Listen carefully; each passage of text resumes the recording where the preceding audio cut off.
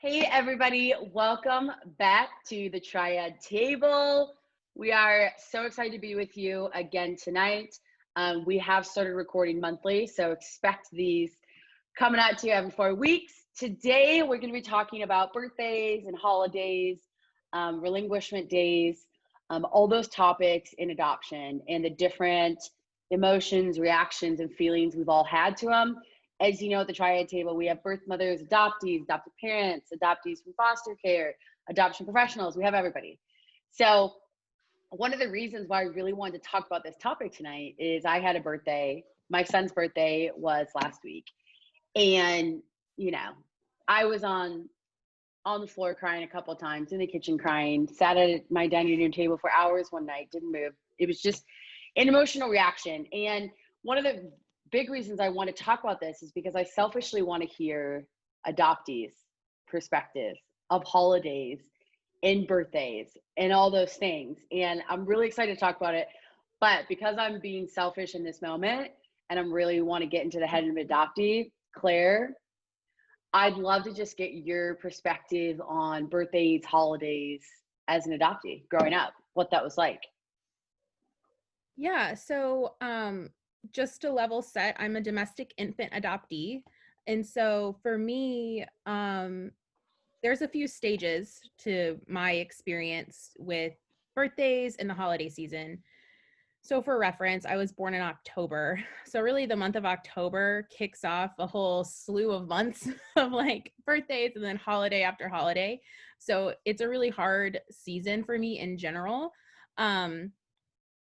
But I will say that as a domestic infant adoptee, my birthday isn't just my birthday. Um, my birthday to me, especially as I've aged, represents so much more.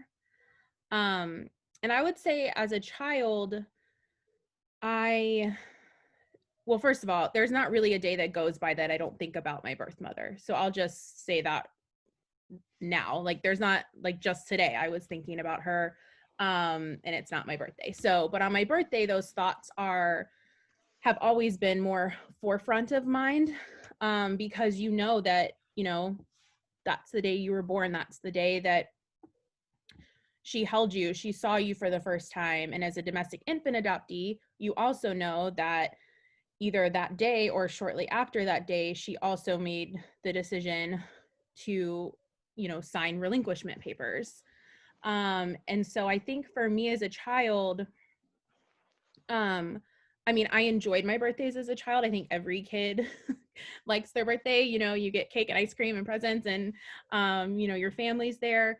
But the one thing I think that was always missing for me, like she was always missing. And that always made me sad.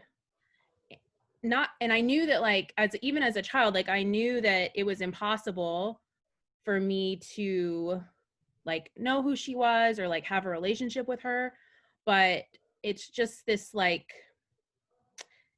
it didn't like negatively impact the whole day, but it was definitely like a little cloud. Do you know what I mean? Like I would be blowing out my candles and I would be thinking about, I wonder where my mom is. Like, I wonder if she remembers, like, I mean, as a kid, you don't think like, of course she remembers it's my birthday, but I'm like, I wonder if she remembers it's my birthday today. Like, I wonder what she's doing.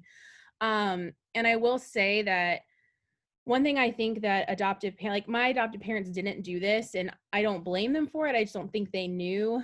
Like, I think adoptive parents should do a better job of acknowledging their child's birth mother on their birthday. It doesn't have to be in front of their family and friends or anything like that, but I can almost guarantee you your adoptee is thinking about their mother on their birthday 100%. They might not express it, they might not feel comfortable telling you, but they're thinking about her.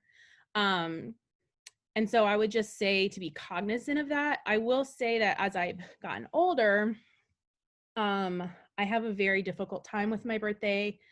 And I think for me, as you get older, you begin to understand more of the complexity of adoption, and just the gravity and the heaviness of what that day represented. And I don't know. It's hard to explain. Like, of course I like celebrating my birthday, but it's just hard. It's hard to manage expectations with my family and friends and things like that, because, you know, people want to celebrate me, and I think that's great. And I'm so, you know, happy that folks want to do that. But part of me just wants to like crawl in a corner and like be by myself, you know, like, I don't know, because as much as I am thankful for the celebration, I'm also grieving. Like, I feel like that's one of my like toughest days of the year. It's like the happiest day because it's my birthday. It's also one of the hardest days of the year, if that makes any sense. Like, and I don't know. I don't know. I think that's okay. Like, I mean, it's not okay to like have all that, you know, grief and stuff, but I think as you grow up and even as a kid, like, you can find healthy ways to process through that. And I don't think it's necessarily a bad thing. I think it's pretty normal. You know, especially in, you know, at least from domestic infant adoptees that I speak with, that's a pretty normal feeling on their birthday. And holidays are kind of the same thing. Like, I mean, even to this day, like on Thanksgiving and Christmas, I'm gonna wonder if she has somebody. Do you know, like, I'm gonna wonder if she has somebody that she's celebrating with. Like, as I'm opening gifts with my kids, I'm like thinking about, I wonder if she does something on Christmas. Like, I wonder what her Christmas tradition is. And so I don't know if that helps, but I just think that it's normal for adoptees to process holidays differently than, let's say, like a biological child. I think holidays can be difficult for many different reasons for many different people, adopted or not. But I just think we have to be cognizant with adoptees, and I would assume Hope and Ashley with birth mothers as well. There's like an extra layer that we have to acknowledge. And I know that there's been times on my birthday that I've had like huge emotional outbursts, and my parents would always be so confused. Like, and, you know, I can't tell them that their happiest day, you know, is one of my like saddest days. So I don't know. Hope that made a little bit of sense. It made sense. And I think we're all sitting here like nodding our heads and in agreement. And you know, it's weird to say this, but like this is probably really messed up for me to say, but like hearing that you think about your birth mom on these days, and I know that it's like traumatic, but for some reason it like makes me feel better to think that my son is also probably thinking about me. Like, I hope that it doesn't bring him sadness, and I'm sure it will. But for some reason, like, that just gives me comfort, and that's probably the wrong thing to say. And I don't know if that makes me, what do you want to say, like a narcissist or something? But it just makes me feel like a sense of comfort that I'm having a hard time on these days, and like my son is probably thinking of me too. Like, it's not just a me problem. And so I really appreciate you saying that. I think that goes back to what we always say is education. I like, if adoptive parents were educated on how to handle holidays, I wonder if it would be different for adoptees. Like, if you would have had a different experience as a kid with your birthday, maybe your adult birthday would be different, because you would have traditions to celebrate your birth mom on your birthday and her birth mate and all of these different things. But Allison, I want to come to you about really like you're an adoptive mom, so I'd love to hear what you do, but also just like the social work and trauma side of the house that you are specialized in. Yeah. So, Andy wishes she could be here, by the way. And Andy was like, here's what you have to say. So I'm basically just going to do that because it's more important. But, well, let me start with this. In our home, we have an open adoption with my son's first family, and it's heavy on the first family on birthdays. Like, that's just like kind of, and we also don't have in-person visits because we're in a different state. And so it's like that is a day that is very intentionally heavy on that, you know, and we know that there's a lot, we just expect a lot of those like difficult emotions potentially, even on the days that follow. And so, yeah, to me, that's just part of the territory, but also, the most important thing I think that in terms of education for adoptive parents or hopeful adoptive parents to know is that the nervous system of this newborn, potentially, if that is the age of a child that you adopt, the nervous system of this newborn is primed to connect with the woman who carried them and for those 9 some odd months. And that doesn't mean that connection and attachment can't happen with you, but the day that attachment that they have already formed is broken and separated, the day that separation happens is a trauma-versary in the nervous system of this baby. And that is something that our bodies are hard pressed to forget. You can't love that memory out of your adoptive newborn, that somatic memory, the memory that the body has of the woman who carried them for 9 months, who was their first mother. That's not something that you can change, and that doesn't diminish your role either to celebrate those birthdays. But and comparing it to this doesn't say that we understand what adoptees go through, but this is a good way to conceptualize it.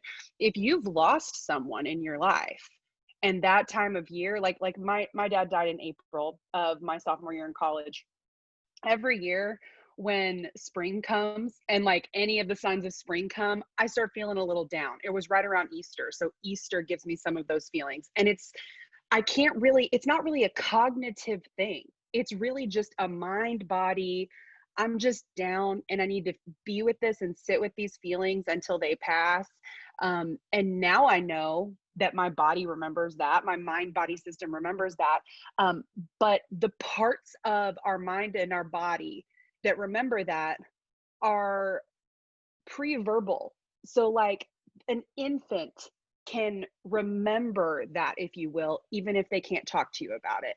So these complex feelings are not necessarily something that your adoptee or your future adoptee will be able to talk about and say, it's because I remember this day. They won't be able to talk about it necessarily.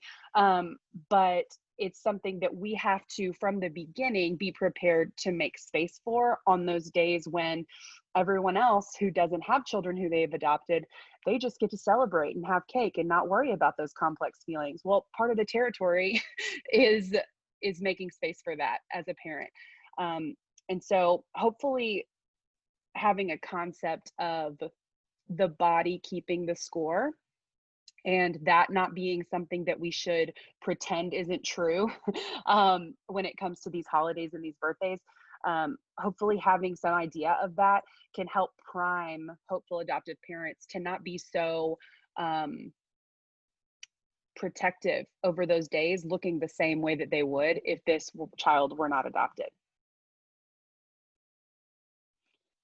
Yeah, I think first off, you're always dropping knowledge and educating us on all the things. But that's a good point to end it with, that in adoption, everything looks different. You can't raise an adopted child the same way you would raise a biological child. It's just different. And we know that now from research and education. Tina, I'm curious about your experiences with holidays and birthdays, being adopted from foster care, and what that's looked like for you throughout your life. Yeah, so I was adopted from foster care when I was 4, almost 5. And that was, if we're going off birthdays, that was the first time I had my birthday celebrated. So I remember birthdays. It was like this whole new thing for me. And I think for me, like that first birthday was like exciting because I got presents. I never gotten presents before. So I was like, oh, this is cool. Like my own stuff. I hadn't had my own stuff before. Um, and so I was just like, I think excited in that. And I think, like Claire said, like as I've gotten older, like it's become harder. I think as a kid, like I um I was always aware that I wasn't with my mom on my birthday, just because I remember like being taken from her and foster care. Like I had a life before I was adopted. Um, and I think like because of that, it was harder for my adoptive parents to try to like gloss over that and make it this happy day because I was this emotional mess all the time. And they were like, there's no lying to this child or my brother, like we can't try to pretend that nothing happens because something happens. And um, my mom and dad just, I think because of that, and I don't know, maybe they would have done the same thing if we were adopted as infants. I don't know. But I know that what they did was, my mom wasn't annoyed with me if she found me crying in my room on my birthday when I was 7 or 9 or, 21. Like, she was like, I get it. This is hard. Well, she was like, I don't understand, but I'm here, and she often would say to me, she'd be like, it makes me really sad that like this is such a special day, but like my greatest gain, my gain of you is like her loss of you. So she always made that, there was a loss and a gain in that. And that was so helpful for me as a child. And I know that many, individuals don't get that. And I think that that's really damaging. I think it's damaging as the adoptive parent to not verbalize that to your child because like Allison said, like they might not always be able to verbalize it. But because my parents did, like, I had that freedom to be sad. We never had surprise parties. No, my mom would never do that. Like, she'd be like, do you want to have a surprise party? And I help plan it, things like that. Like, she'd be like, so what do you want to do? Like, we're going to gauge it. And even now, she'll like text me for my birthday and she'll be like, happy birthday. I know this is a hard day. I'm sure she's thinking about you. What are you up? Like, what are you up for? What do you want to do? And, she's always been that way with me. And I think that's made birthdays a lot easier in that regard. But still, like Claire said, there's this cloud. And, you're like, people are trying to celebrate you and you're like, yay. Like, I don't know if I want to be celebrated. Like, and I think like on like Christmas and stuff like that, like it is hard to, I think for me, like, because my mom was a kid, like, and like I've shared before, like the foster care system didn't do a very good job taking care of her. I think on holidays, sometimes I feel like they just kind of like left her hanging there, like just no support. So I often wonder as well on holidays, like, does she have someone? What does her life look like now? Things like that, because I know that she was pretty much failed. It was all about us. And, we were in foster care at the same time that they didn't attempt to keep us together for holidays or birthdays, So I don't know. I think for holidays too, I do have that wondering of what is she doing? Like things like that. So yeah, I mean, I think I would say maybe the most positive you can be in the situation of holidays where you have such a great loss. And that's probably because my adoptive parents were willing to say, this is hard. And, that's hard. Like, and you have to do that if you're going to adopt a child at any age. But I think when they're older, it's, there's no lying to them. Like, they know. So, yeah. Tina, I always think you bring like such a powerful perspective. And I know that in the chat, everybody's saying that and agreeing with that. You always just bring this perspective that I don't think a lot of people see. And the way you come across and the way you speak about your adopted parents, they just sound like incredible people who, I'm not saying that, I don't know if nobody's perfect, but it seems like they just tried so hard to let you be you and give you these freedoms to have feelings. And whether you're adopted or not, like, that's not always typical of a parent to let their child feel how they're feeling and to let them be free to feel those feelings rather than trying to suppress it or say, stop feeling that way. So I just thank you for always sharing your wisdom. Ashley, I want to come to you because, I think when I'm having a hard day, I think in my head, like, what would Ashley do on this day? Or like, I genuinely do. And I know I put on my Instagram a story, like, what should I do on his birthday? Like, what are the things to do? And I know that your adoption story, your placement story isn't perfect and had a rocky start, but you've gained such great knowledge, and we need to hear it, and you need to share it with us. Like, you have to. We can't hear you.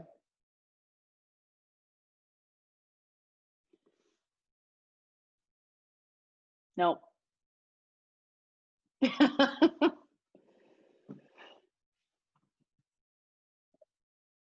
we can't hear you, but while she's getting her audio, Ashley is a birth mother, big tough girl. If you don't know her, I'm sure you do if you're in the adoption world, but she's a realist, and she says it like it is, and she helps a lot of people all over the place.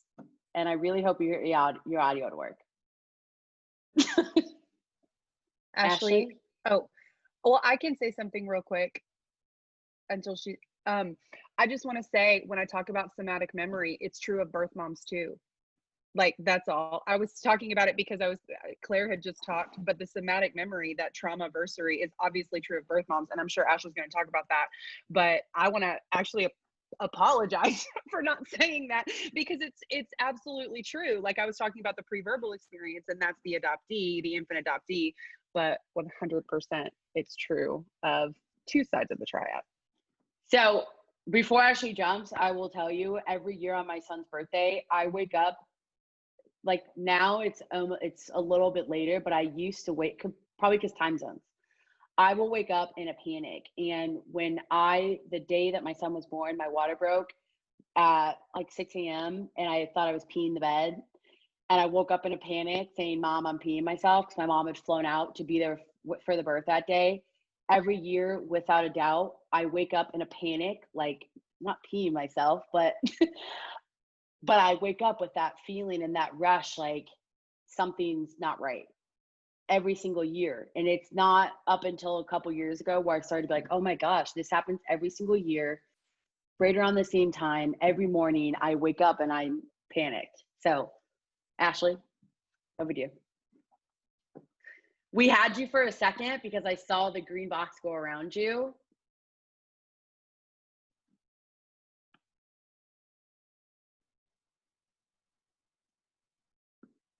No, we can't hear you. This is a bummer because Ashley has so many good things to say. We can't hear you, but oh gosh, she's got sticky notes. If you can't see her, I've never been able to figure out how to do the gallery after the first one. So maybe Ashley, why don't you call? Oh, she's gone. So she's going to call in. And then Claire, you wanted to bring something up about people pleasing. So jump in. So I think that, I know that oftentimes, we do these, and I feel like I always like talk about like how it feels like from an adoptee perspective, but I never give any like practical, quote unquote, practical, advice. And so for me, I think that what's really important for families to be cognizant of, and I touched on this, was like me as an adoptee. Now, not all adoptees are like this, but I tend to people please. And so birthdays and holidays come with a ton of expectations.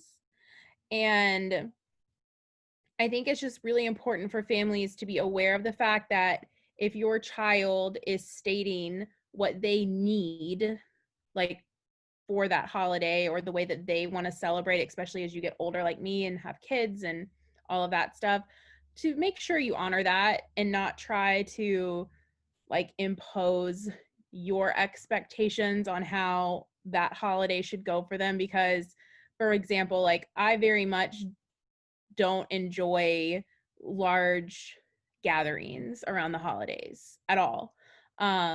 Like if it were up to me, I would just be at home with just my kids and my husband. I wouldn't like have other people there. But I obviously allow my kids' grandparents, to come because they're my family too.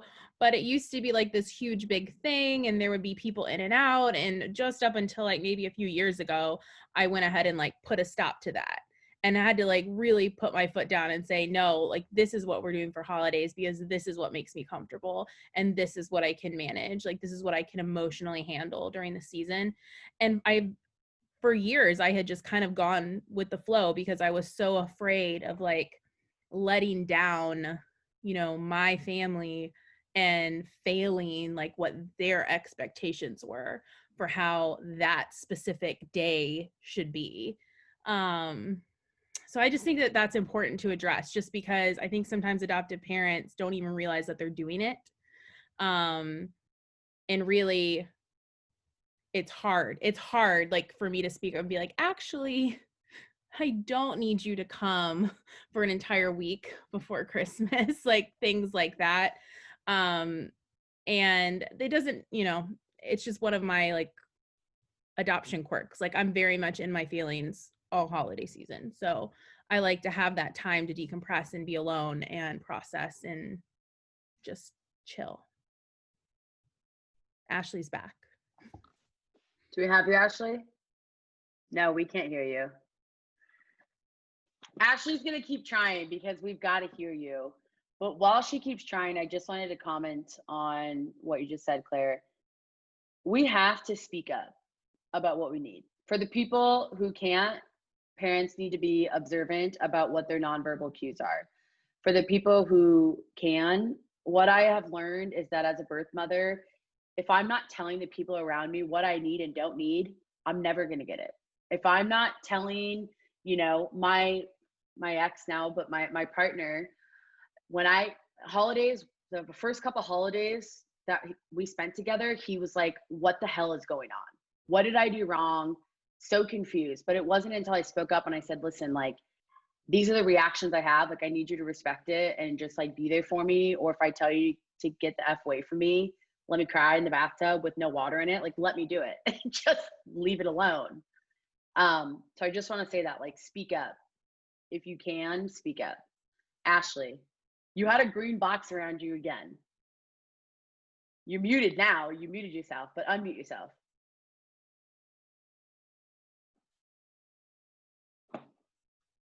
Oh my gosh.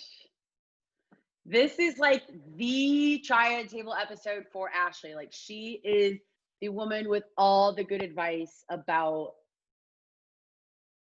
birth mothers and holidays and great different things you can do. But while Ashley tries to get set up, Vicky, I have a question for you. I would like to know, I wrote down, we're all talking about how things aren't happening, or adopted parents aren't aware that these are going to be possibly tough days. So I'd love to hear from you. I mean, what are adoption professionals doing to educate birth moms on things that they can do in the holidays? And then also, hopeful adoptive parents and adoptive parents on what holidays are going to be like and birthdays. Well, we try in our education, and especially when we do home studies, and then when we have, because we don't keep waiting families. So when we match with a family, Carrie and I do conference calls, and we kind of fill them out before they meet our mamas. And we look for things that we feel like they haven't been taught well. And so when we identify those things, then we swing into action to essentially fill in the gaps of what hasn't been done through their home study provider. And I mean, it's anything from like transracial, it's holidays, it's birthdays, it's just how even these emotions may not show up till they're like 10 years old, just like but you have to always talk about it. We talk about always doing age appropriate honesty and being present with them and letting them always know their story. Everybody should always know their story. You know, a 2-year-old doesn't need to know what a 15-year-old knows, but everybody should know their story, and you should never lie. And so we spend a lot of time on that, especially, like I said, if it's somebody that we haven't done their home study. My birth moms, honestly, it's a different shift with them. And actually, Claire, when we did our talk with her, little things that she brought up, from like getting something in their handwriting to what is a favorite family recipe to what is a tradition, you know. We try to, like, I already was collecting little things. Like, I've always kept a list. I'm an adoptive mom too, and we have open adoption. So I've always kept a list of like things that my kids asked me and I couldn't produce. So it just gets added to the list when I meet a new birth mom and she has a new form to fill out, and we go through it. So it's like from her favorite color to what her favorite food is. What does she eat when she's upset? What does she like to eat when she's happy?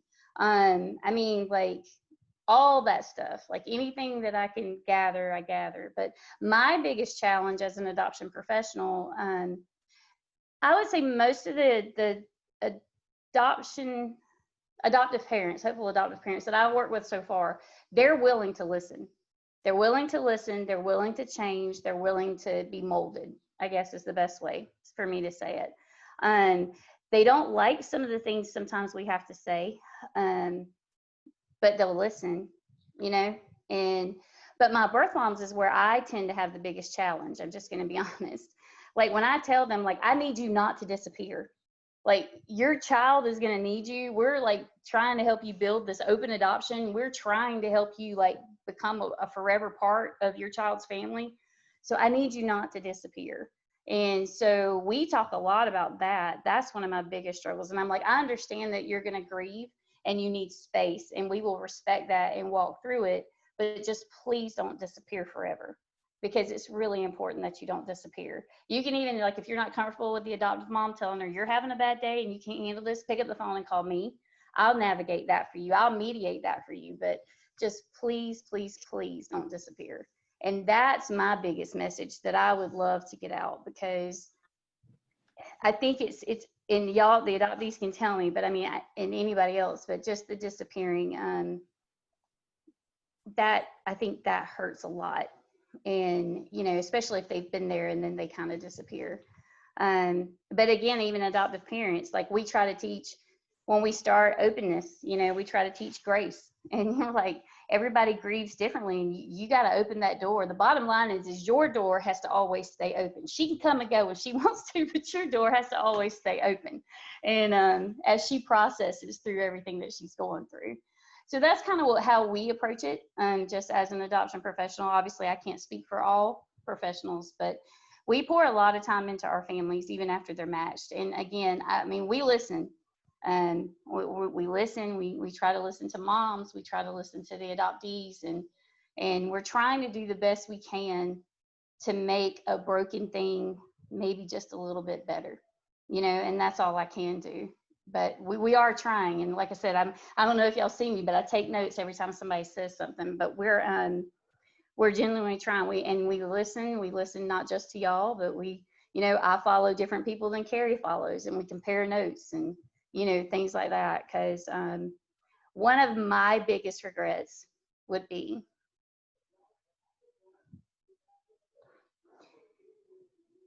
I know it's trauma, but if somebody came back and thought that I purposely did something to hurt them, and I didn't do everything I could to try to protect everybody, that would be really devastating for me personally as an adoption professional. I couldn't handle it. I'm not going to get it right all the time, but I know my heart is to try to make things better and mend things to the best of our ability. Sorry. But it means a lot to me, and it means a lot to Carrie and my team that we do this right, and we try to do this, like I said, as best we can, to do the best we can to help everybody in the process. I don't know if that answers your question. Sorry about the tears. It does, and don't you ever be sorry. There are always tears and emotion on this table. I think that that's not, I think, I know that's exactly why you and Carrie are here. And why, when I came to Ashley with this idea, she brought your guys' name up, because you are doing, you are doing the best that you can, and you're trying to make changes. And every single match that you make and every single expectant mother you meet, and you being different, like you're different than the others, and that makes it an impact in the adoption community. So we're thankful for you. Ashley, I gotta jump to you, and if your sound doesn't work, I'm gonna be pissed. I don't know. Can you hear me? All right, Well, you now go, girl. Now I don't want to follow what Vicky just said. Jeez. Hi everyone.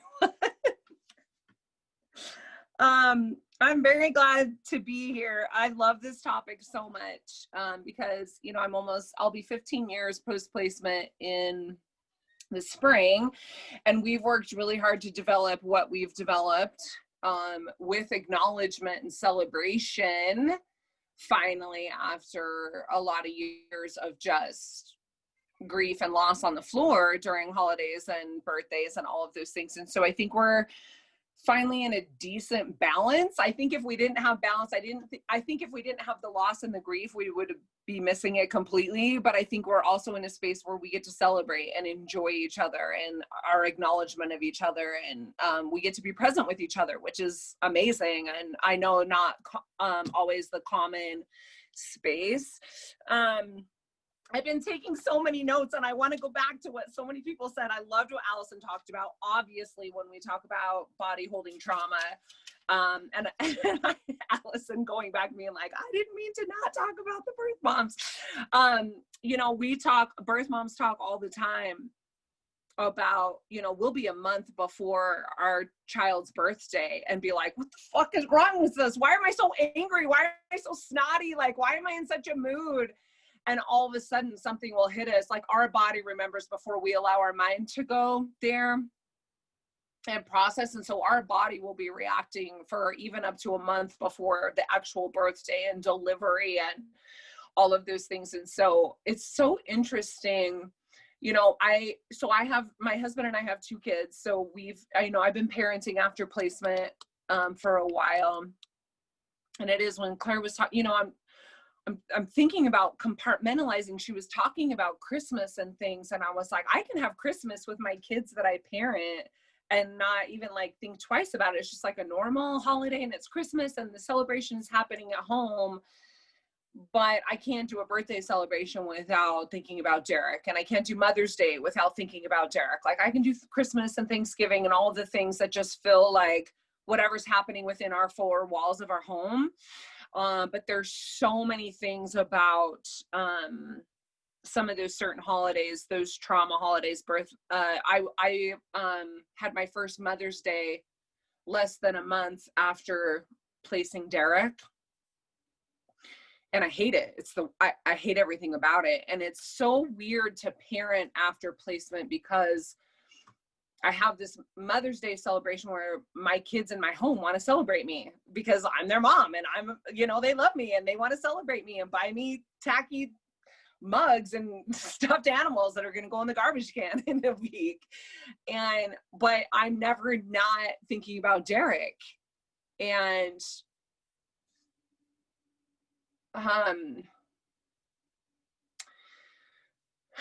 part of that is absolutely because Derek was my firstborn. I became a mother for the first time with my son that I placed, and then was able to have 2 other children later.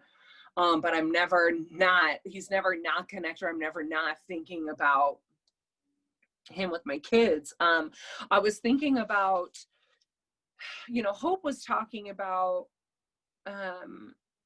and talking about being naive and I'm sitting here always thinking about the birth moms. They're like, well, the adoptees and the adopted parents have each other, but the biological parents are alone, suffering in silence, not celebrating with family, not celebrating with people. You know, I think it's this conception that we're like, oh, we're celebrating Christmas. Like Claire was talking about, it was so good. She's like, what are you guys doing on Christmas? Like, do you have people that you're celebrating with and you're just like, you know, celebrating with your people? But there's so many birth moms that on our holidays, we're actually the ones that are all alone, and at least you guys have each other. And I know you don't have me, but you have each other, and I'm alone and the one that's out of the picture. And did you have a birthday celebration that I wasn't included in? Did you do a holiday that I didn't get to be invited to? Did you do this that I wasn't acknowledged? Did you have Mother's Day go by where I wasn't acknowledged? And so I think that there's so many things, you know, even when Tina was talking about, you know, through the foster care, being adopted as an older child, like that you can't like forgive how, like there was this whole life that you had before you were adopted. And I was like, there was this whole life before I got pregnant, and then I got pregnant, and now I have this whole more years of my life as a birth mom than not that will be navigating the emotions of a stupid holiday. And I just want to celebrate a normal Christmas or a normal Mother's Day without all of the trauma attached. Can I just have a normal holiday? And you know what? You just don't get to do that.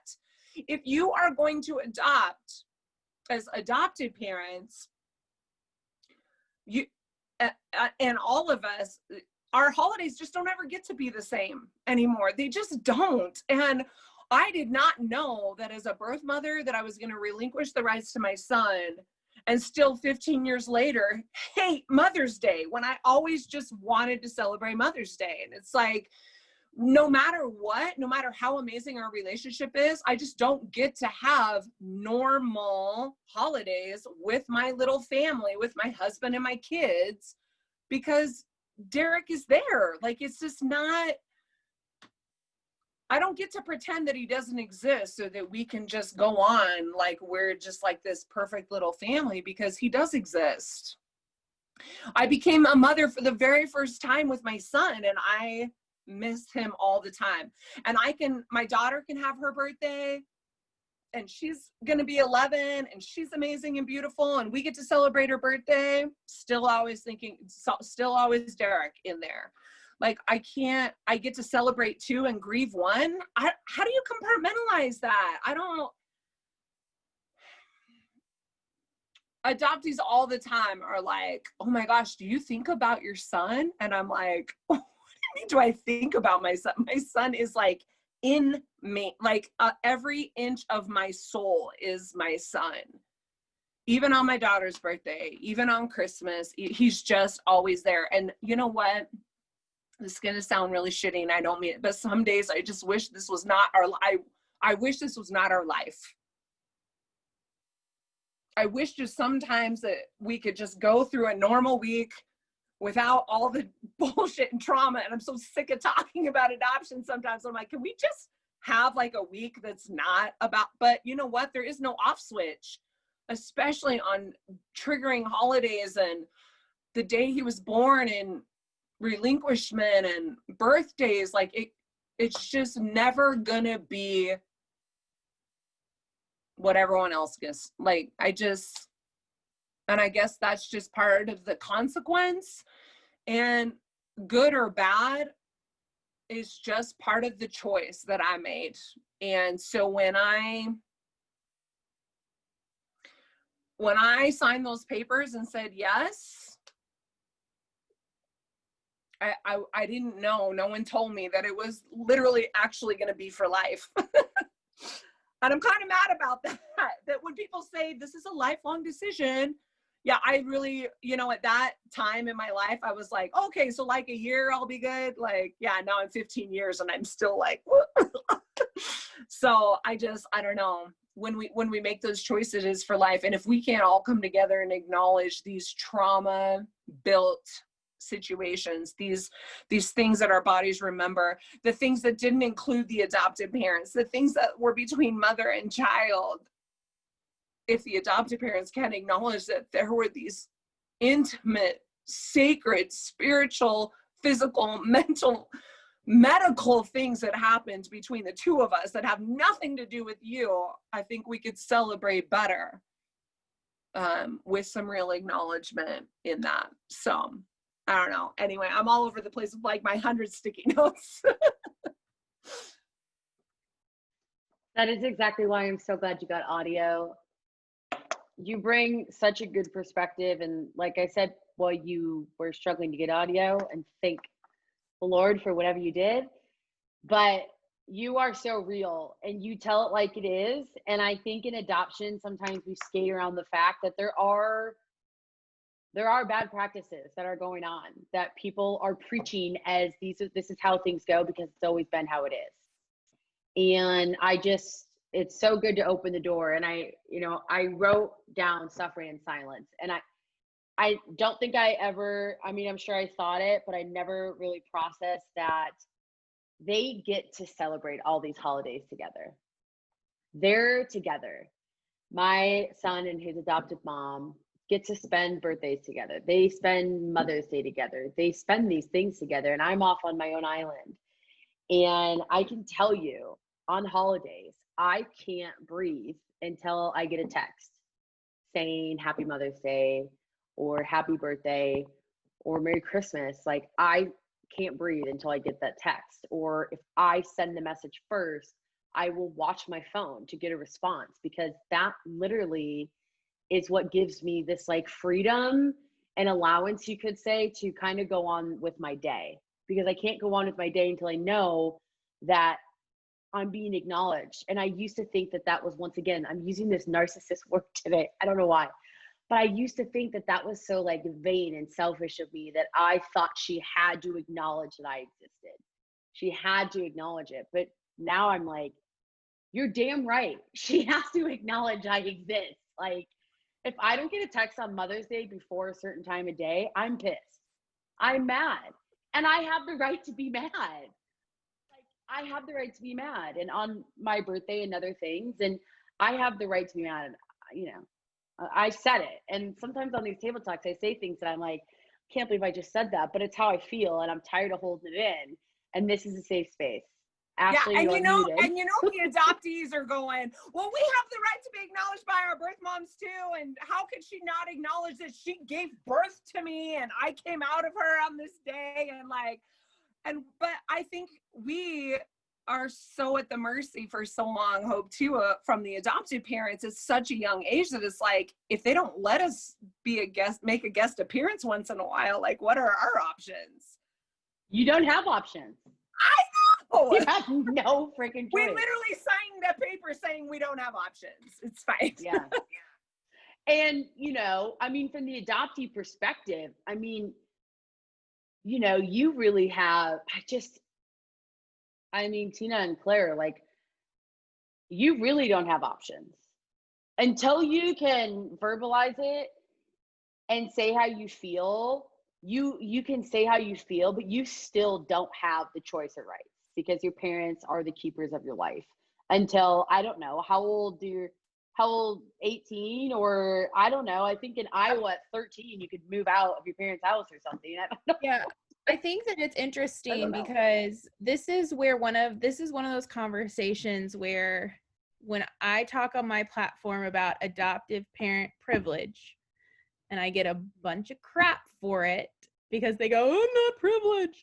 You are, because I do not have a choice as a child.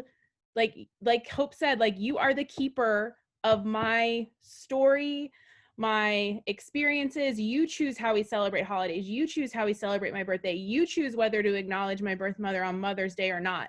You choose whether to mention her on my birthday. All of those things is what you get to choose. I don't get to choose anything. I didn't get to choose to be adopted.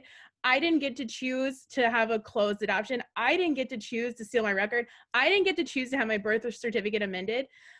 And so that's privilege.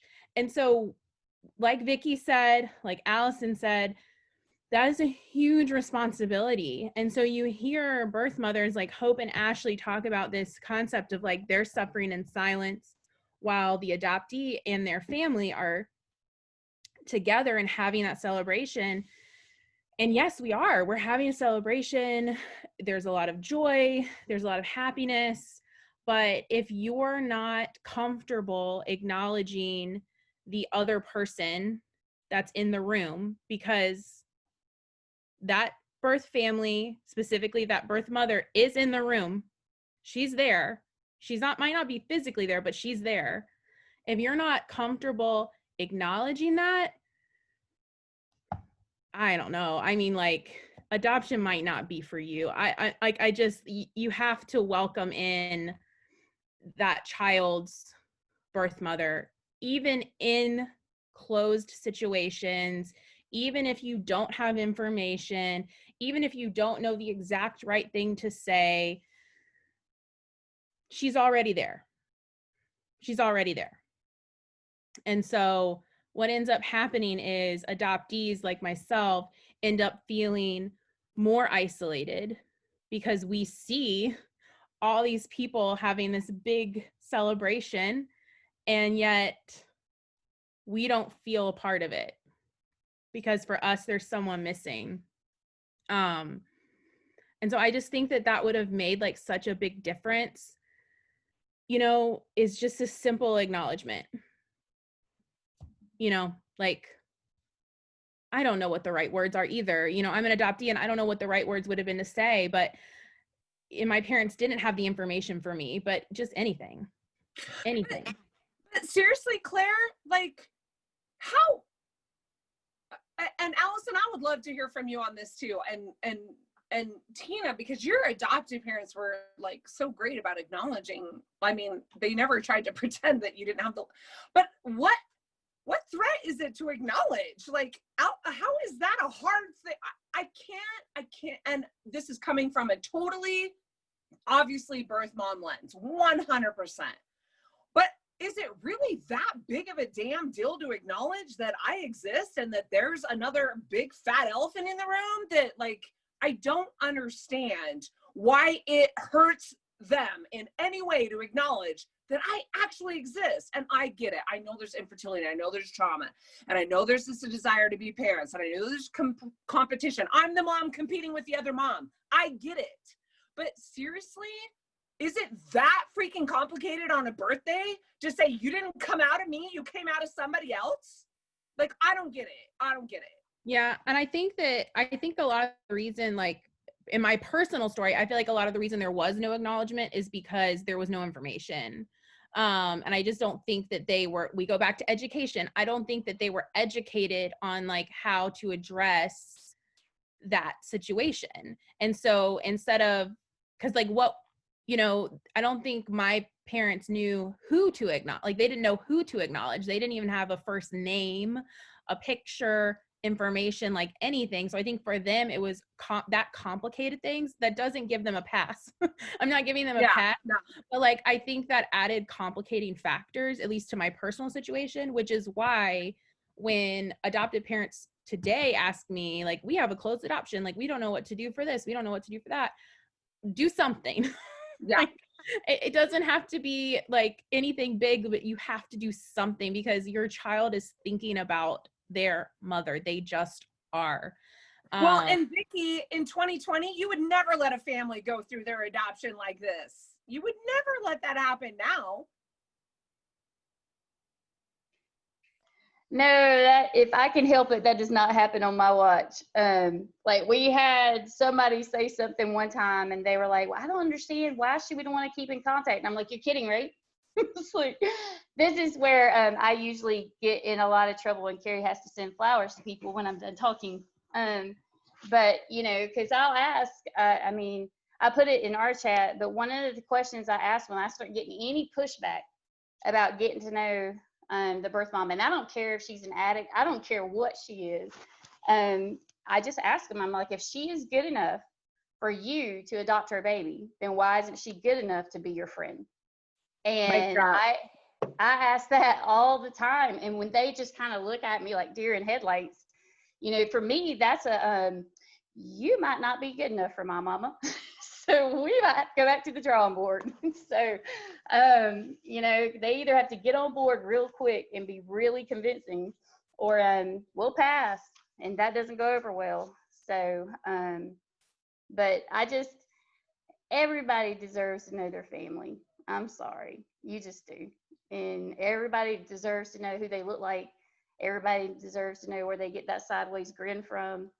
Everybody deserves to know their family. I mean, it's just bottom line.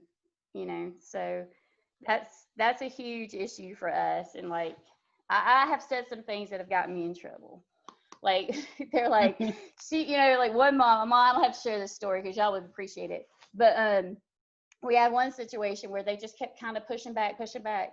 And I was like, do you realize she picked you out of a book? I was like, are you grasping this?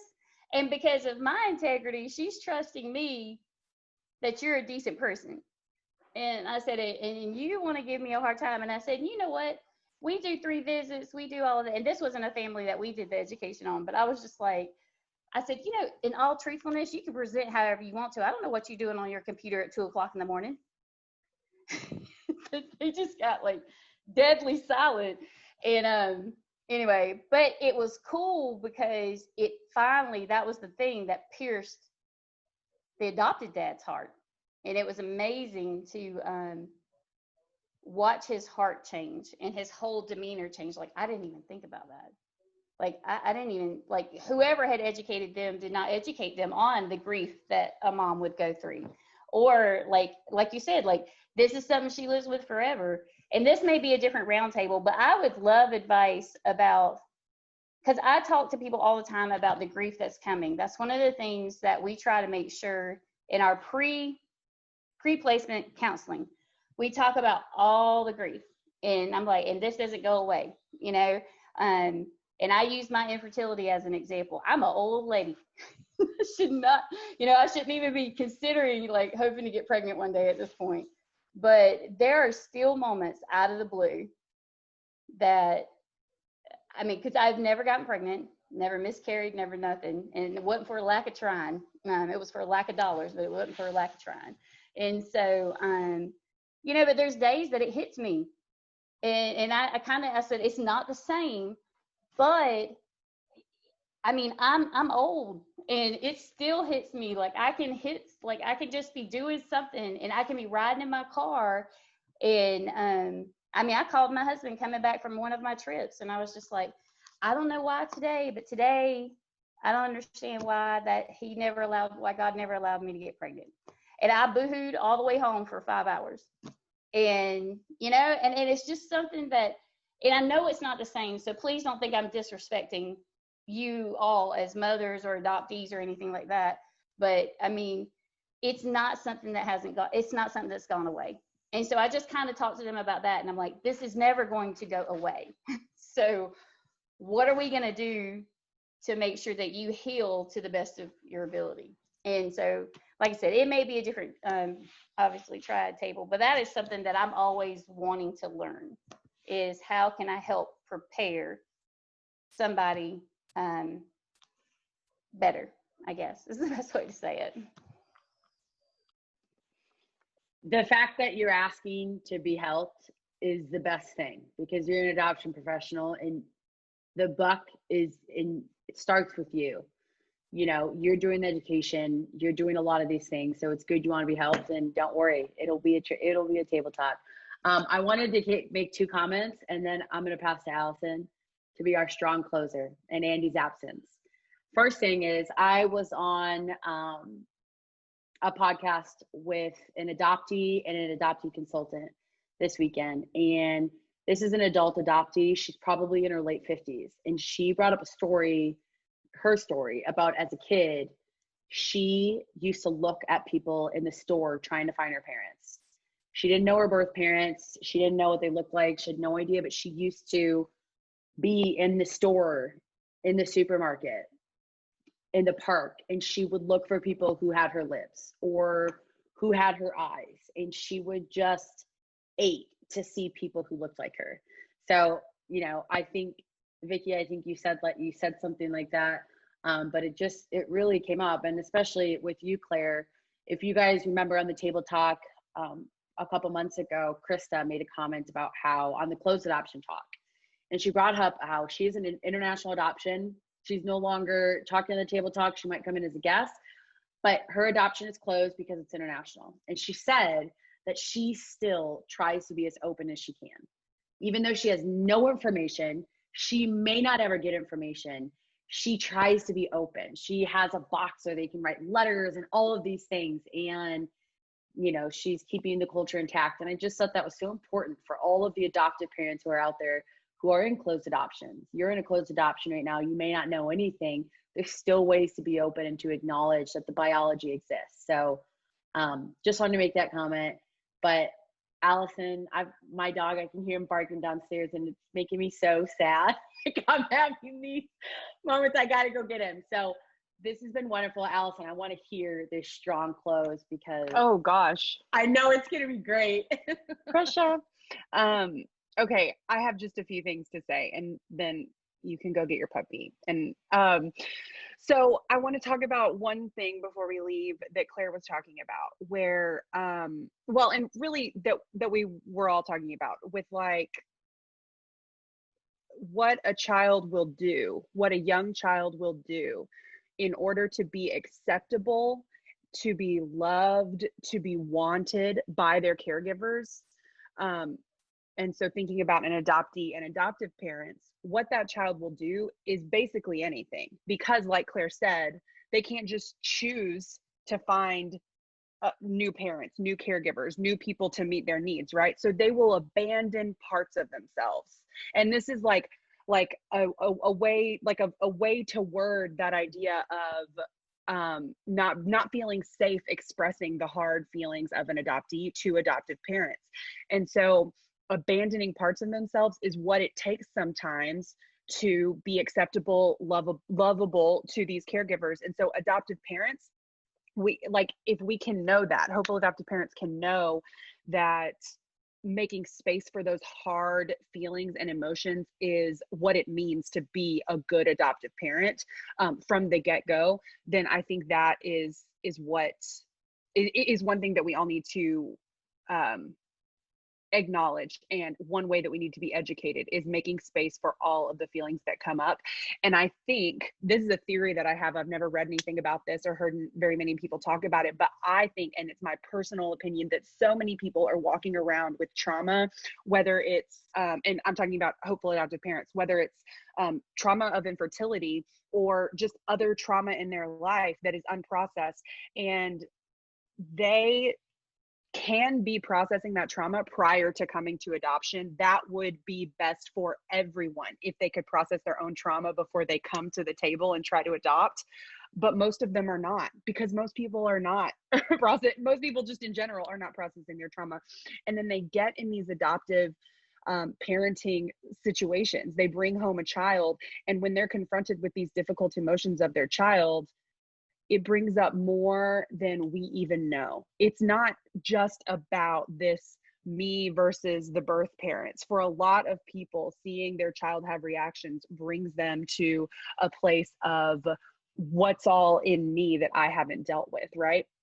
And so that idea that the body keeps the score, hopefully that can like help us remember that there needs to be grace on all sides of the triad, even though there's a ton of privilege systemically and relationally and legally given to adoptive parents. We can recognize that privilege and we can mitigate the harm happening to the other two sides of the triad without saying, you know, like, just get your act together, right?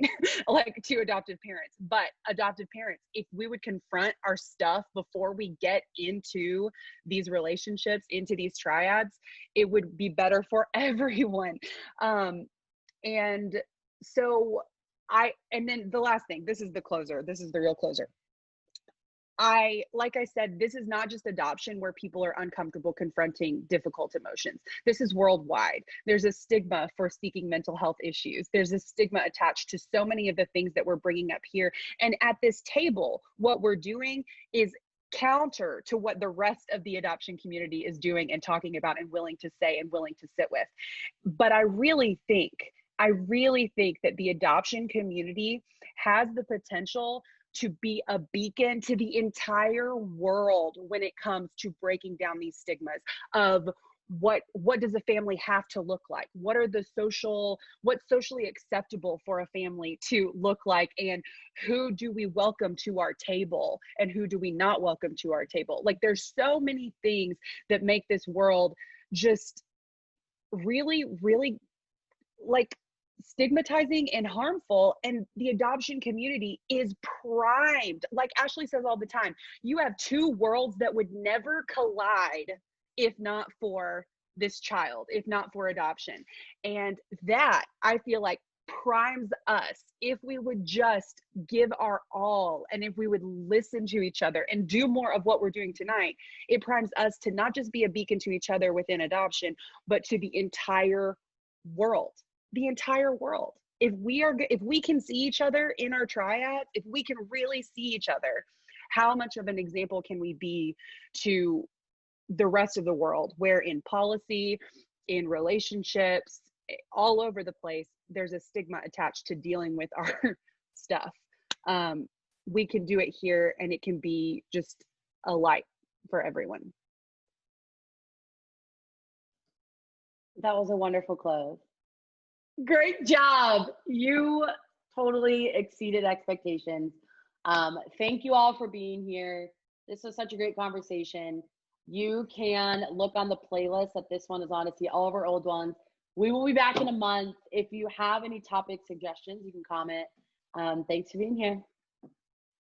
Bye, everybody.